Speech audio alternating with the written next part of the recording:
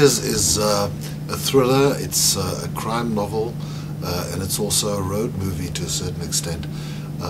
For me, it was probably the most difficult book I've ever written because of the structure of the crime novel, and the thriller has always fascinated me, and I wanted to really do something different, do an experiment.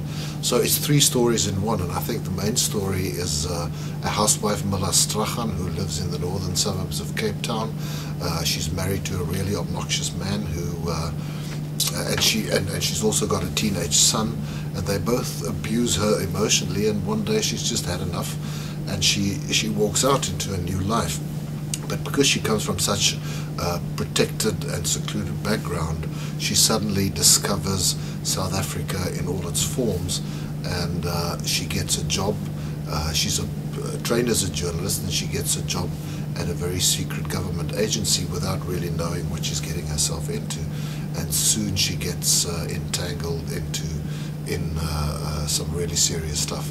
That's one part of the novel. The other part of the novel is one of the characters from a previous book called Blood Safari, Lemmer the bodyguard. Lemmer gets hired, he really gets pressurized into riding shotgun on a lorry that is transporting 2 black rhinos from Zimbabwe, from the Zimbabwean border down to the Karoo.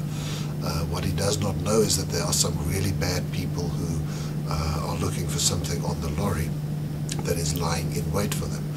And the third part is the first time that I've gone back to my very first character in my first novel, Dead Before Dying, a cop by the name of Machuber.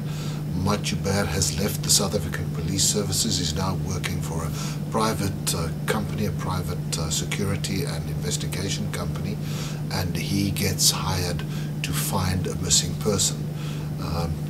But all these stories are connected, and I unfortunately can't tell you how they are connected, because then I'm going to detract from your reading pleasure. But it's these 3 stories, and they are told consecutively to all eventually tie together.